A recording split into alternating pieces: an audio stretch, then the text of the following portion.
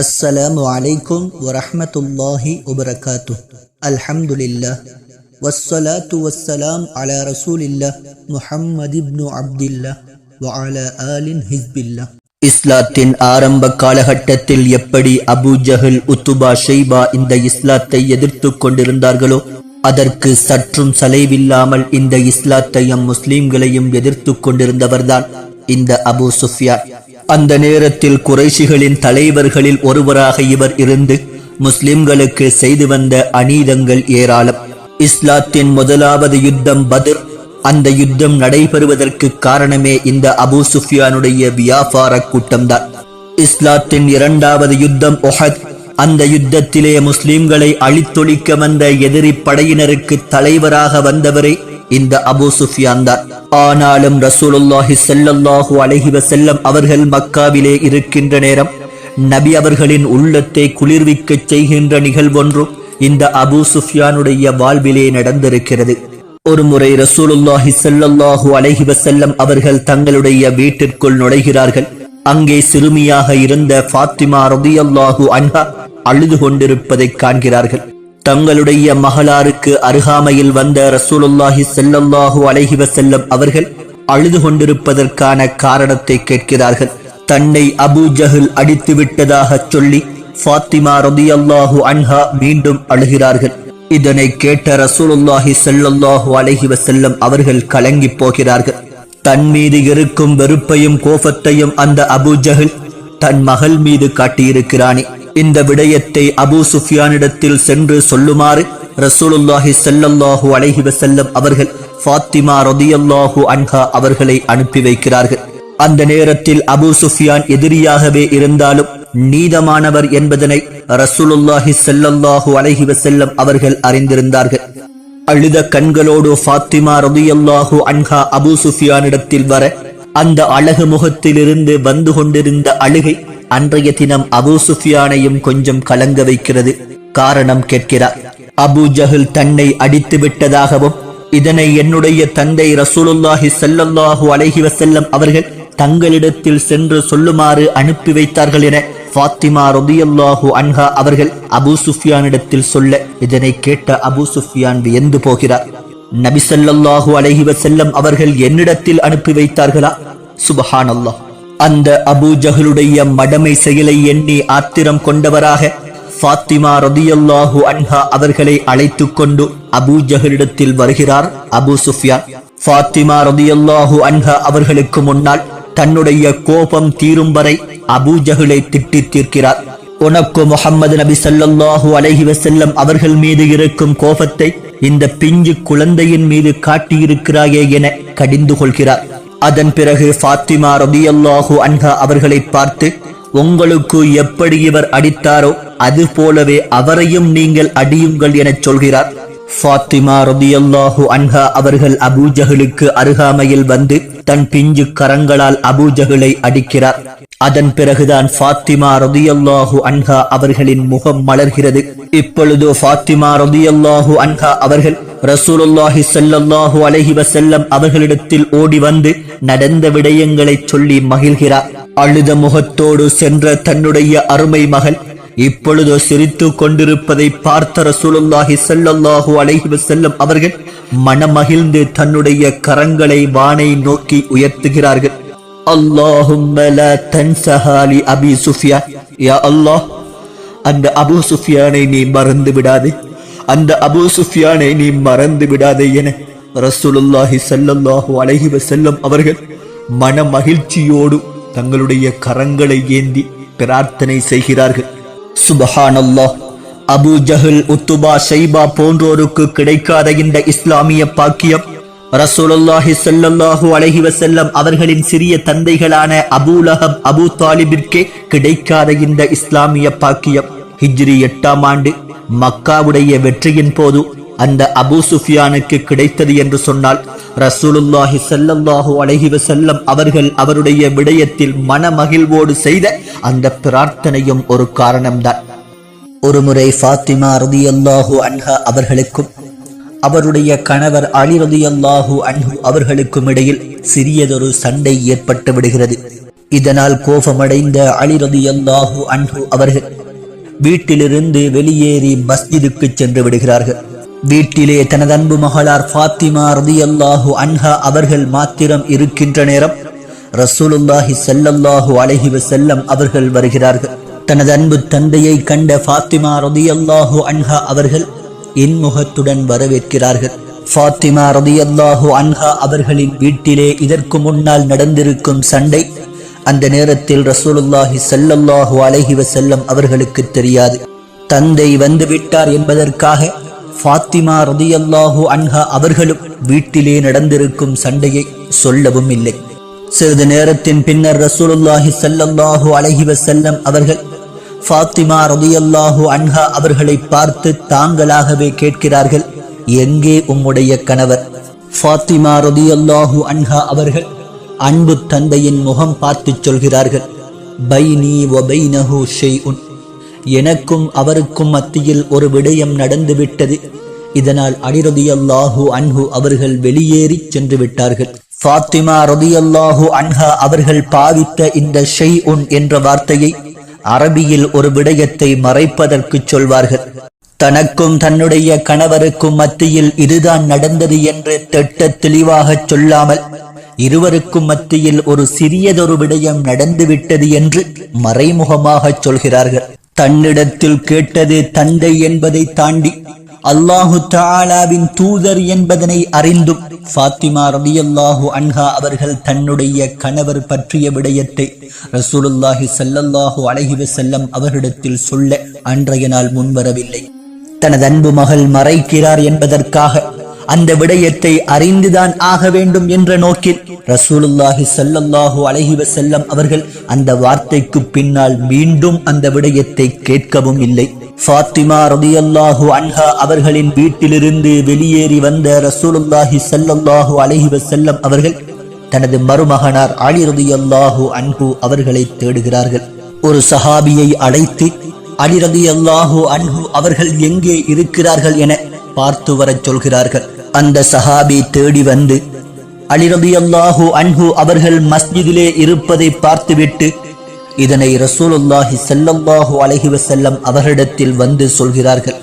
ரசூலுல்லாஹி ஸல்லல்லாஹு அலைஹி வஸல்லம் அவர்கள் மஸ்ஜிதுக்கு வந்து பார்க்கிறார்கள்.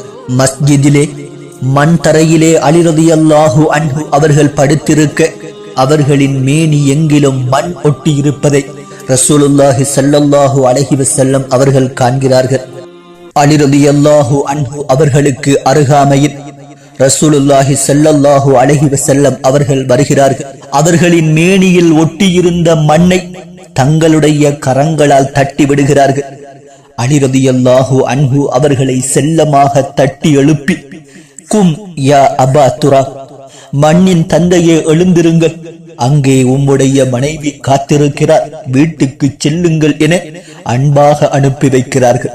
இது தவிர வேறு எந்த வார்த்தையோ வேறு எந்த கோபமோ அன்றைய நாள் ரசூலுல்லாஹி ஸல்லல்லாஹு அலைஹி வஸல்லம் அவர்கள் தன்னுடைய மகளின் விடயத்திலோ மருமகனின் விடயத்திலோ காட்டியதாக வரலாறுகளில் கிடையாது. தந்தை என்பதற்காக வீட்டிலே நடந்திருக்கும் சண்டையை உளறி கொட்டாத மனைவி, தன் மகள் என்பதற்காக யார் பக்கம் நீதி என்று தெரியாமல் மருமகனுடன் வந்து சண்டை போடாத மாமனார், மனைவியுடன் சண்டை என்பதற்காக மாமனாரின் பேச்சை தட்டிவிடாத கணவர், இப்படி இருந்தால் எந்த வாழ்க்கையும் முற்றுப்புள்ளியில் முடியாது.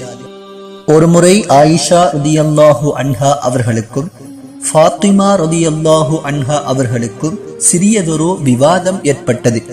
இருவரும் வயதிலே ஒன்றுபட்டவர்களாக இருந்த காரணத்தினால் அடிக்கடி வார்த்தை மோதல்களில் ஈடுபட்டுக் கொள்வார்கள். அன்றைய நாளும் இவ்வாறே இருவருக்குமான வார்த்தை மோதல்கள் உருவாகின. ஆயிஷா ரலியல்லாஹு அன்ஹா அவர்கள் சொல்கிறார்கள், ரசூலுல்லாஹி ஸல்லல்லாஹு அலைஹி வஸல்லம் அவர்களின் மனைவிமார்களில் உம்முடைய தாய் ஹதீஜா ரலியல்லாஹு அன்ஹா அவர்களை விடவும் நானே மிகச் சிறந்தவர். இதற்கு ஃபாத்திமா ரலியல்லாஹு அன்ஹா அவர்கள் சொல்கிறார்கள், என்னுடைய தாயார் ஹதீஜா ரலியல்லாஹு அன்ஹா அவர்கள்தான் ரசூலுல்லாஹி ஸல்லல்லாஹு அலைஹி வஸல்லம் அவர்களுக்கு மிகவும் விருப்பமானவரும் நெருக்கமானவரும் ஆவார். இதனால் ஹதீஜா ரலியல்லாஹு அன்ஹா அவர்கள்தான் ரசூலுல்லாஹி ஸல்லல்லாஹு அலைஹி வஸல்லம் அவர்களின் மனைவிமார்களில் மிகவும் சிறந்தவர். இப்படி இருவருமாக விட்டு கொடுக்காமல் பேசிக்கொண்டே இருக்க ஒரு கட்டத்தில் ஆயிஷா ரலியல்லாஹு அன்ஹா அவர்கள் சொல்கிறார்கள், ரசூலுல்லாஹி ஸல்லல்லாஹு அலைஹி வஸல்லம் அவர்கள் திருமணம் முடிக்கின்ற நேரத்தில் நானே கன்னி பெண்ணாக இருந்தேன். ஆனால் உம்முடைய தாய் ஹதீஜா ரலியல்லாஹு அன்ஹா அவர்களோ 2 திருமணங்களை ஏற்கனவே முடித்திருந்த விதவை பெண்ணாக இருந்தார். இதனால் நானே ஹதீஜா ரலியல்லாஹு அன்ஹா அவர்களை விடவும் மிகவும் சிறந்தவர். இந்த வார்த்தைக்கு பிறகு ஃபாத்திமா ரலியல்லாஹு அன்ஹா அவர்களினால் எதுவுமே பேச முடியவில்லை, மௌனமாகி விடுகிறார்கள். அதே நேரத்தில் அந்த வார்த்தை ஃபாத்திமா ரலியல்லாஹு அன்ஹா அவர்களுடைய உள்ளத்திலும் சிறு தாக்கத்தை ஏற்படுத்தி விடுகிறது. சோகமான முகத்தோடு ஃபாத்திமா ரலியல்லாஹு அன்ஹா அவர்கள் அமர்ந்திருக்க அந்த நேரத்தில் ரசூலுல்லாஹி ஸல்லல்லாஹு அலைஹி வஸல்லம் அவர்கள் வருகிறார்கள். தந்தையை கண்டவுடன் உற்சாகத்துடன் ஓடி வரும் தன் மகள் சோக முகத்துடன் அமர்ந்திருப்பது ரசூலுல்லாஹி ஸல்லல்லாஹு அலைஹி வஸல்லம் அவர்களை வியக்க வைக்கிறது. தனது அன்பு மகளை நெருங்கி காரணம் கேட்கிறார்கள். ஆயிஷா ரலியல்லாஹு அன்ஹா அவர்களுக்கும் தனக்கும் மத்தியிலே நடந்த விவாதத்தை ஃபாத்திமா ரலியல்லாஹு அன்ஹா அவர்கள் சொல்கிறார்கள். ஆயிஷா ரலியல்லாஹு அன்ஹா அவர்கள் கன்னி பெண்ணாக இருக்கின்ற நிலையிலேயே தங்களை திருமணம் முடித்தாராம். ஆனால் என்னுடைய தாயோ 2 திருமணங்களை ஏற்கனவே முடித்திருந்த விதவை பெண்ணாகவே தங்களிடத்தில் வந்திருக்கிறார். இதனால் ஆயிஷா ரலியல்லாஹு அன்ஹா அவர்களே தங்களுக்கு மிகவும் நெருக்கமானவரும் விருப்பமானவரும் என்று ஆயிஷா ரலியல்லாஹு அன்ஹா அவர்கள் தன்னிடத்தில் வாதிட்டதாக ஃபாத்திமா ரலியல்லாஹு அன்ஹா அவர்கள் சோகமான முகத்தோடு நடந்த விடயத்தை சொல்லி முடிக்கிறார்கள். தனது அன்பு மகளை இன்முகத்துடன் பார்த்த ரசூலுல்லாஹி ஸல்லல்லாஹு அலைஹி வஸல்லம் அவர்கள், மகளே, இதற்கான சிறந்த பதில் என்னிடத்தில் இருக்கிறது. ஆயிஷா என்னை திருமணம் முடிக்கின்ற நேரத்தில் கன்னி பெண்ணாக இருந்திருக்கலாம். ஆனால் ஆயிஷாவை திருமணம் முடிக்கின்ற நேரத்தில் நான் கன்னியாக இல்லை. ஹதீஜா ரலியல்லாஹு அன்ஹா அவர்களை திருமணம் முடிக்கும் போதுதான் உன்னுடைய தந்தை கன்னியாக இருந்தே. இதனால் இந்த சிறப்பு ஆயிஷா ரலியல்லாஹு அன்ஹா அவர்களுக்கோ வேறு யாருக்குமோ கிடையாது. உன்னுடைய தாயார் ஹதீஜா ரலியல்லாஹு அன்ஹா அவர்களுக்கு மாத்திரம்தான். ரசூலுல்லாஹி ஸல்லல்லாஹு அலைஹி வஸல்லம் அவர்களின் இந்த பதில் ஃபாத்திமா ரலியல்லாஹு அன்ஹா அவர்களின் உள்ளத்தை குளிர வைத்து முகத்தை மலர வைக்கிறது. எந்த இடத்திலும் யாருக்காகவும் ரசூலுல்லாஹி ஸல்லல்லாஹு அலைஹி வஸல்லம் அவர்கள் தனது அன்பு மகள் ஃபாத்திமா ரலியல்லாஹு அன்ஹா அவர்களையோ அவருடைய தாயார் ஹதீஜா ரலியல்லாஹு அன்ஹா அவர்களையோ விட்டு கொடுத்து பேசியதே கிடையாது. ஒரு முறை ரசூலுல்லாஹி ஸல்லல்லாஹு அலைஹி வஸல்லம் அவர்கள் தன்னுடைய பேர குழந்தைகளான ஹசன் ஹுசைன் ரலியல்லாஹு அன்ஹுமா இருவரும் 3 நாட்களாக சாப்பிட எதுவுமே இல்லாமல் பசியோடு இருக்கிறார்கள் என்று கேள்விப்படுகிறார்கள். ரசூலுல்லாஹி ஸல்லல்லாஹு அலைஹி வஸல்லம் அவர்கள் தனது அன்பு மகளார் ஃபாத்திமா ரலியல்லாஹு அன்ஹா அவர்களின் வீட்டிற்கு வருகிறார்கள். தனது அருமை பேர குழந்தைகள் எங்கே என விசாரிக்கிறார்கள். ஃபாத்திமா ரலியல்லாஹு அன்ஹா அவர்கள் சொல்கிறார்கள், யா ரசூலல்லாஹ், எனது வீட்டிலே 3 நாட்களாக சாப்பிடுவதற்கு எதுவுமே இல்லை. இதன் காரணமாக பசியுடன் எனது குழந்தைகள் அழுது கொண்டே வீட்டை விட்டு எங்கோ சென்று விட்டார்கள். ரசூலுல்லாஹி ஸல்லல்லாஹு அலைஹி வஸல்லம் அவர்கள் தனது பேர குழந்தைகளை தேடி வருகிறார்கள். அந்த நேரத்தில் ஆடுகளை மேய்த்து கொண்டு ஒரு இடையன் முன்னால் வருகிறார். ரசூலுல்லாஹி ஸல்லல்லாஹு அலைஹி வஸல்லம் அவர்கள் அவனிடத்தில் எனது குழந்தைகளை எங்காவது பார்த்தீரா என விசாரிக்கிறார்கள். அந்த ஆட்டிடையன் சொல்கிறான், ஆம், பார்த்தேன். எனக்கு முன்னால் அவர்கள் இருவரும் அழுது கொண்டு வந்தார்கள். நான் காரணம் கேட்டேன். பசியோடு அழுது கொண்டிருப்பதாக ஹுசைன் ரலியல்லாஹு அன்ஹு அவர்கள் சொன்னார்கள். அந்த நேரத்தில் இந்த ஆற்றிலிருந்து பாலை கறந்து அவருக்கு குடிக்க கொடுத்து அதனை குடிப்பதற்கு அவர் வாயருகே எடுத்துச் சென்ற நேரம் ஹசன் ரலியல்லாஹு அன்ஹு அவர்கள் அவரை தடுத்து என்னிடத்தில் கேட்டார், இந்த ஆடுகளிலிருந்து பாலை கறந்து குடிப்பதற்கு உமது எஜமான் உமக்கு அனுமதி தந்திருக்கிறாரா? நான் இல்லை என்றேன். உமது எஜமான் அனுமதிக்காத இந்த பால் உமக்கே ஹலால் இல்லை. அது எப்படி எங்களுக்கு ஹலால் ஆகும்? தனது சகோதரனின் கரத்தில் இருந்த பால் பாத்திரத்தை வாங்கி என்னிடத்தில் தந்துவிட்டு அவர்கள் இருவரும் சென்று விட்டார்கள். ரசூலுல்லாஹி ஸல்லல்லாஹு அலைஹி வஸல்லம் அவர்கள் அந்த குழந்தைகளை தேடி வருகிறார்கள். அந்த குழந்தைகள் இருவரும் ஒரு ஈத்த மரத்திற்கு கீழே அமர்ந்திருக்கிறார்கள். அவர்களை சுற்றி பல ஈத்த பழங்கள் விழுந்து கிடக்கின்றன. ரசூலுல்லாஹி ஸல்லல்லாஹு அலைஹி வஸல்லம் அவர்கள் அந்த பழங்களை காட்டி, இந்த பழங்களையாவது எடுத்து சாப்பிட்டிருக்கலாமே என கேட்கிறார்கள். அந்த நேரத்தில் அந்த குழந்தைகள் சொன்ன பதில், இது சதக்காவுடைய மரம், சதக்காவுடைய பொருட்கள் எங்களுக்கு ஹலால் இல்லை என்று நீங்கள் தானே சொல்லி இருக்கிறீர்கள், பிறகு எப்படி நாங்கள் இதனை சாப்பிட முடியும்? ரசூலுல்லாஹி ஸல்லல்லாஹு அலைஹி வஸல்லம் அவர்கள் அந்த குழந்தைகளை கட்டி அடைத்து தூக்கி வருகிறார்கள். ஃபாத்திமா ரலியல்லாஹு அன்ஹா அவர்களிடத்தில் ஃபாத்திமா ரலியல்லாஹு அன்ஹா அவர்களை அழைக்கிறார்கள். சொல்கிறார்கள், ஃபாத்திமா, குழந்தை வளர்ப்பில் நீ ஜெயித்து விட்ட. இந்த உலகத்தில் தான் அவர்கள் பசித்திருந்தவர்கள், இந்த உலகத்தில் தான் அவர்கள் ஏழை தாயுடைய வயிற்றில் பிறந்திருந்தவர்கள்.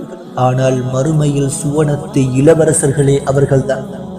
ஹசன் ஹுசைன் ரலியல்லாஹு அன்ஹுமா அவர்கள் ஃபாத்திமா ரலியல்லாஹு அன்ஹா அவர்களின் மடியில் வளர்க்கப்பட்டவர்கள் அல்லவா? ரசூலுல்லாஹி ஸல்லல்லாஹு அலைஹி வஸல்லம் அவர்களின் தோள்களில் சுமக்கப்பட்டவர்கள் அல்லவா? அவர்கள் இருவரின் வயிறுகள் மட்டும்தான் பசியால் காய்ந்திருந்தது.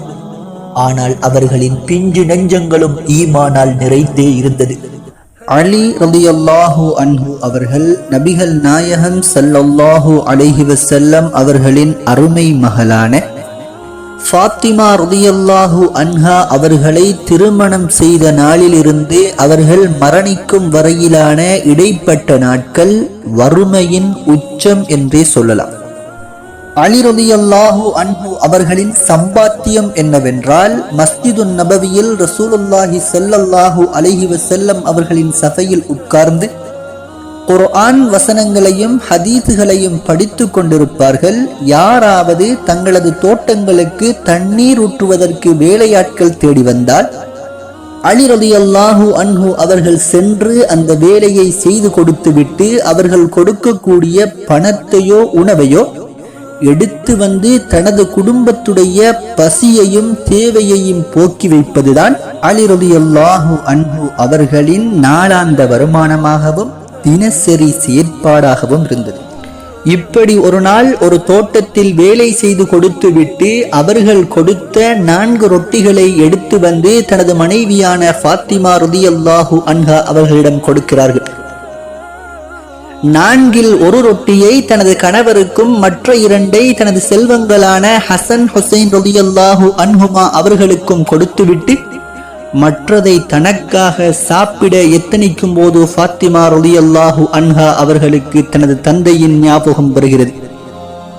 அதனை சுற்றி எடுத்து வந்து தந்தைக்கு கொடுத்துவிட்டு நபிகள் நாயகம் ஸல்லல்லாஹு அலைஹி வஸல்லம் அவர்கள் உண்பதை பார்த்து கொண்டிருந்த ஃபாத்திமா ரலியல்லாஹு அன்ஹா அவர்களை பார்த்து சொன்னார்கள், எனதருமை மகளே, என் உயிர் எவன் கைவசம் இருக்கிறதோ அந்த அல்லாஹ்வின் மீது சத்தியமாக 3 நாட்களுக்கு பின்னால் உனது தந்தை உண்ணும் உணவு இந்த ரொட்டிதான். சொத்துக்களாலும் செல்வங்களாலும் மட்டும்தான் கண்ணியம் என்றிருந்தால் நபி அவர்களை விட ஒரு பணக்காரரை அல்லாஹு தஆலா இந்த உலகத்தில் வைத்திருக்க மாட்டான். மிஅராஜின் போது அனைத்து நபிமார்களுக்கும் இமாமத் செய்தவர் எங்கள் நபி ஸல்லல்லாஹு அலைஹி வஸல்லம் அவர்கள். இந்த முஹம்மதை படைக்கவில்லையானால் இந்த உலகத்தையே படைத்திருக்க மாட்டேன் என்று சிறப்பித்தவர் எங்கள் நபி ஸல்லல்லாஹு அலைஹி வஸல்லம் அவர்களுடைய உணவு 3 நாட்களுக்கு பின்னால் ஒரு ரொட்டி. சுப்ஹானல்லாஹ். ஃபாத்திமா ரலியல்லாஹு அன்ஹா அவர்கள் ஒரு நாள் அலி ரலியல்லாஹு அன்ஹு அவர்களிடம் தனக்கு மாதுளம் பழம் சாப்பிட ஆசையாக இருக்கிறது என்றதும் சந்தைக்கு சென்று ஒரு மாதுளம் பழத்தை அலி ரலியல்லாஹு அன்ஹு அவர்கள் வாங்கி வருகிறார்கள். வரும் வழியில் ஒரு யாசகர் பசியோடு இருப்பதை பார்த்துவிட்டு அதனையும் அவருக்கு கொடுத்துவிட்டு வீட்டிற்கு வெறும் கையோடு வருகிறார்கள். ஃபாத்திமா ரலியல்லாஹு அன்ஹா அவர்கள் ஆசையாக கேட்ட ஒரு மாதுளம் பழத்தை கூட தன்னால் வாங்கி கொடுக்க முடியவில்லையே என்ற ஆதங்கம் அலி ரலியல்லாஹு அன்ஹு அவர்களின் மரணம் வரை இருந்ததாக வரலாற்றில் படிக்கிறோம். ஒரு சமயம் ஃபாத்திமா ரலியல்லாஹு அன்ஹா அவர்களும் அவர்களது செல்வங்களான ஹசன் ஹுசைன் ரலியல்லாஹு அன்ஹுமா அவர்களும் சேர்ந்து நோன்பு நோற்றிருந்தார்கள். தனக்கு இல்லாவிட்டாலும் பரவாயில்லை, தன்னுடைய குழந்தைகளின் பசிக்காவது ஏதாவது உணவு வாங்க வேண்டுமே என்பதனை உணர்ந்த ஃபாத்திமா ரலியல்லாஹு அன்ஹா அவர்கள் தனது கணவனிடமும் எதுவும் இல்லை என்பதனை அறிந்து வீட்டில் தேடி பார்த்து ஒரு துணியை எடுத்து வந்து அலி ரலியல்லாஹு அன்ஹு அவர்களிடம் கொடுத்து இதனை சந்தையில் விற்றுவிட்டு கிடைக்கும் பணத்தில் ஏதாவது உணவு வகைகளை வாங்கி வரும்படி அனுப்பி வைக்கிறார்கள். துணியுடன் சந்தைக்கு வந்த அலி ரலியல்லாஹு அன்ஹு அவர்கள் அதனை விற்றுவிட்டு அதில் கிடைத்த 6 திர்ஹத்தையும் எடுத்துக்கொண்டு வந்து கொண்டிருக்கிறார்கள். அப்போது ஒரு யாசகர் ரசூலுல்லாஹி ஸல்லல்லாஹு அலைஹி வஸல்லம் அவர்களின் குடும்பத்திலிருந்து எனது இந்த சிரம நிலைக்கு உதவக்கூடியவர் யாரும் இல்லையா என்று கேட்டுக்கொண்டிருக்கிறார். அலி ரலியல்லாஹு அன்ஹு அவர்கள் அவருக்கு அந்த 6 திர்ஹத்தையும் கொடுத்துவிட்டு வெறும் கையுடன் வந்து கொண்டிருக்கிறார். அலி ரலியல்லாஹு அன்ஹு அவர்கள் வந்து கொண்டிருந்த அதே பாதையில் வெண்ணிற குதிரையுடன் ஒருவர் வருகிறார். அலி ரலியல்லாஹு அன்ஹு அவர்களின் பார்வை அந்த குதிரையின் மீது படுகிறது.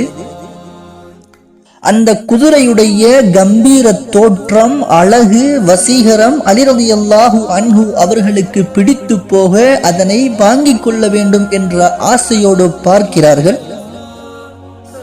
அலி ரலியல்லாஹு அன்ஹு அவர்களின் இந்த ஆர்வமான பார்வையை புரிந்து கொண்ட அந்த குதிரையோடு வந்த நபர், அலியே, இந்த குதிரை வேண்டுமானால் வைத்துக் கொள்ளுங்கள் என்று சொல்ல அலி ரலியல்லாஹு அன்ஹு அவர்கள் சொல்கிறார்கள், இந்த குதிரையை வாங்கிக் கொள்ளக்கூடிய பெருமதி தற்சமயம் என்னிடத்தில் இல்லை.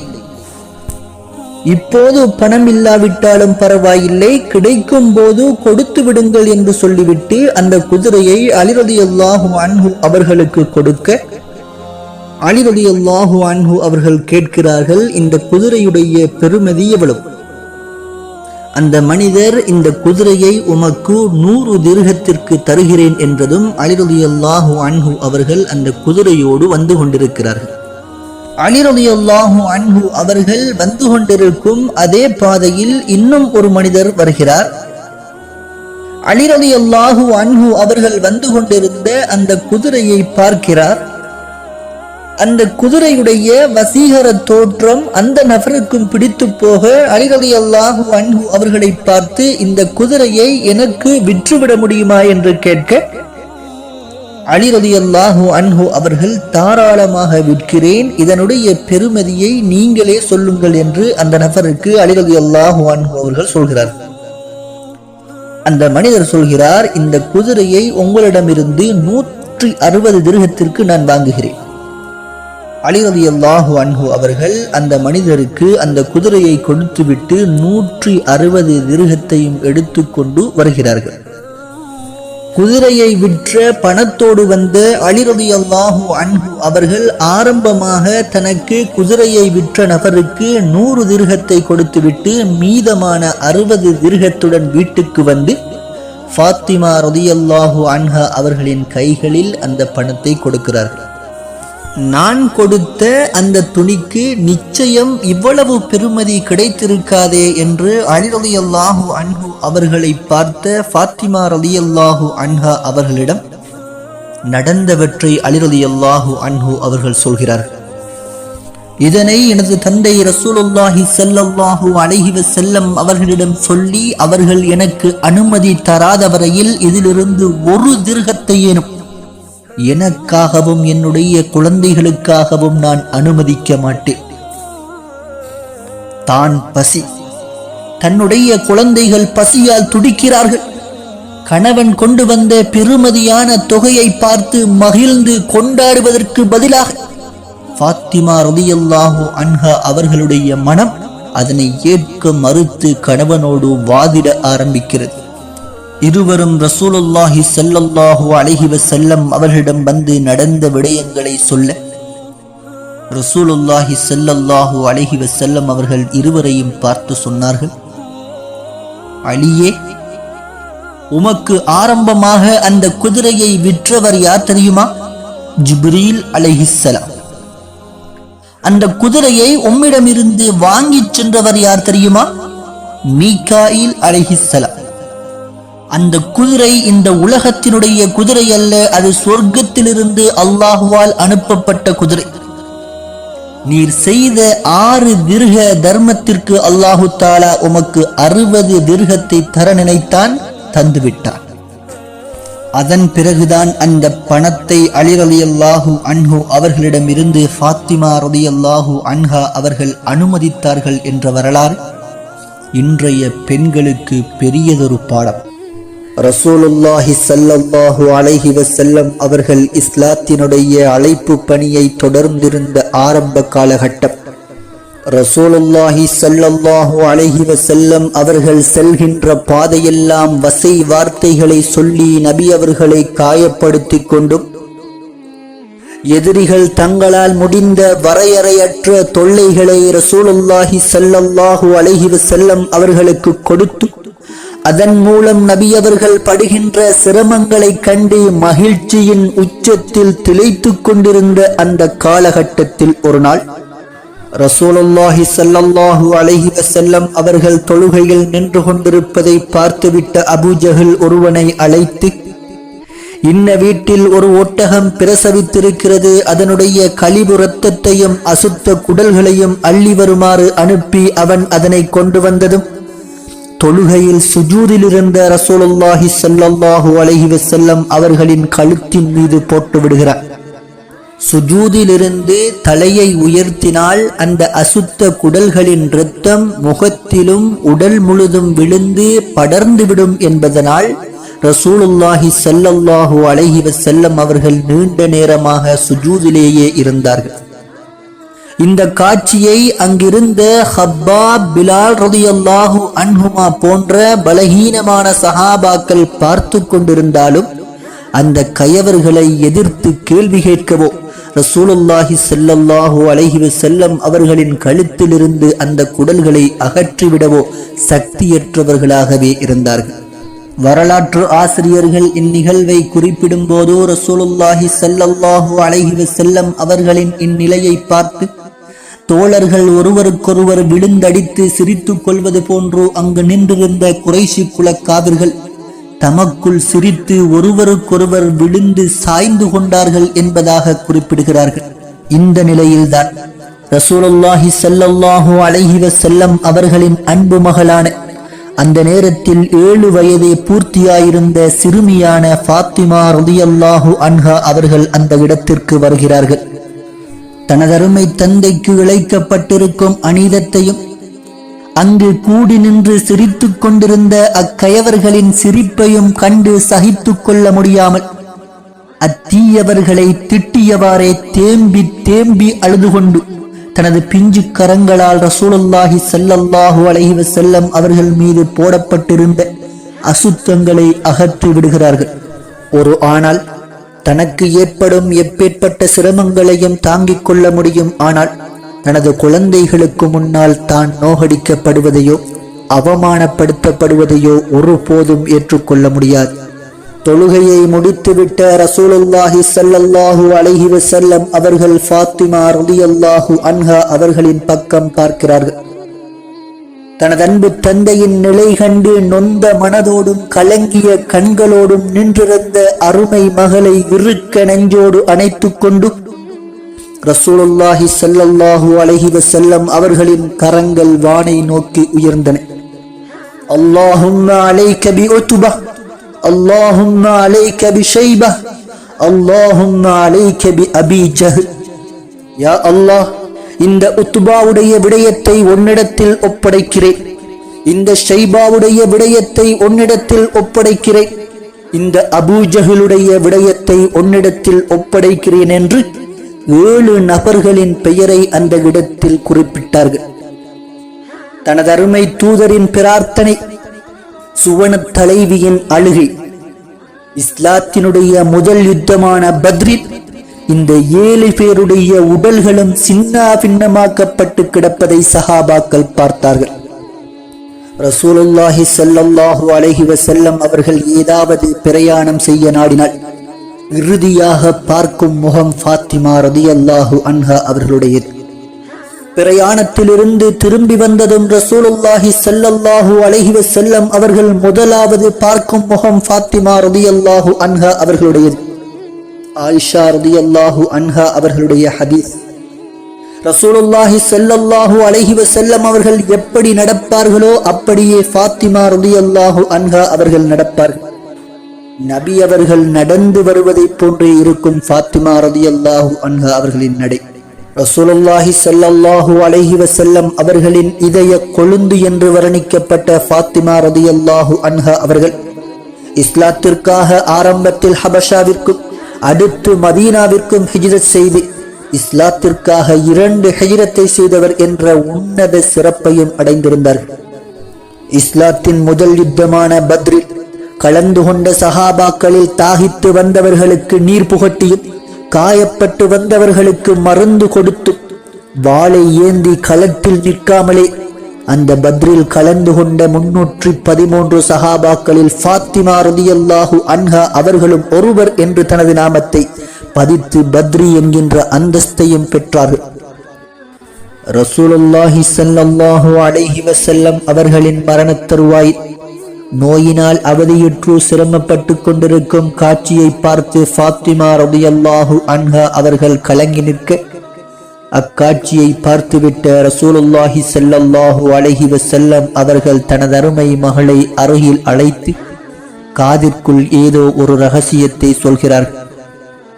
நபி அவர்கள் சொன்ன ரகசியத்தோடு ஃபாத்திமா ரலியல்லாஹு அன்ஹா அவர்கள் அழ ஆரம்பித்து விடுகிறார்கள். அழுது கொண்டிருந்த மகளை மீண்டும் அழைத்து இன்னும் ஒரு ரகசியத்தை சொல்கிறார்கள். உடனே ஃபாத்திமா ரலியல்லாஹு அன்ஹா அவர்கள் சிரிக்க ஆரம்பிக்கிறார்கள். ரசூலுல்லாஹி ஸல்லல்லாஹு அலைஹி வஸல்லம் அவர்களின் மரணத்திற்கு பிறகு ஆயிஷா ரலியல்லாஹு அன்ஹா அவர்கள் ஃபாத்திமா ரலியல்லாஹு அன்ஹா அவர்களை சந்தித்து அன்று சொல்லப்பட்ட ரகசியம் சம்பந்தமாக கேட்கிறார்கள்.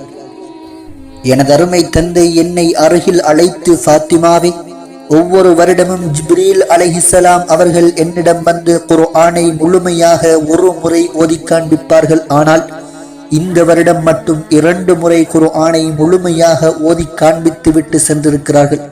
இதுவே எனது மரணத்திற்கான அறிகுறியாக நான் காண்கிறேன் என்று ரசூலுல்லாஹி ஸல்லல்லாஹு அலைஹி வஸல்லம் அவர்கள் சொன்னதும் நான் அழுதுவிட்டேன். அழுது கொண்டிருந்த என்னை மீண்டும் அழைத்து ரசூலுல்லாஹி ஸல்லல்லாஹு அலைஹி வஸல்லம் அவர்கள் சொன்னார்கள், எனது அருமை மகளே, சுவனத்து பெண்களின் தலைவியாக நீ இருப்பதை விரும்பவில்லையா என்று கேட்க நான் சிரித்து விட்டேன் என்கிறார்கள். இன்னும் ஒரு அறிவிப்பில், எனக்கு பின்னால் எனது குடும்பத்திலிருந்து என்னை முதலாவது சந்திக்க வருவது நீதான் என்றார்கள்.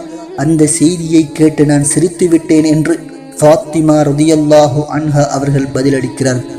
ரசூலுல்லாஹி ஸல்லல்லாஹு அலைஹி வஸல்லம் அவர்கள் சொன்னது போன்றே அடுத்த 6 மாதங்களில் ஃபாத்திமா ரலியல்லாஹு அன்ஹா அவர்கள் தனது 28வது வயதில் இந்த உலகிற்கு விடை கொடுக்கிறார்கள்.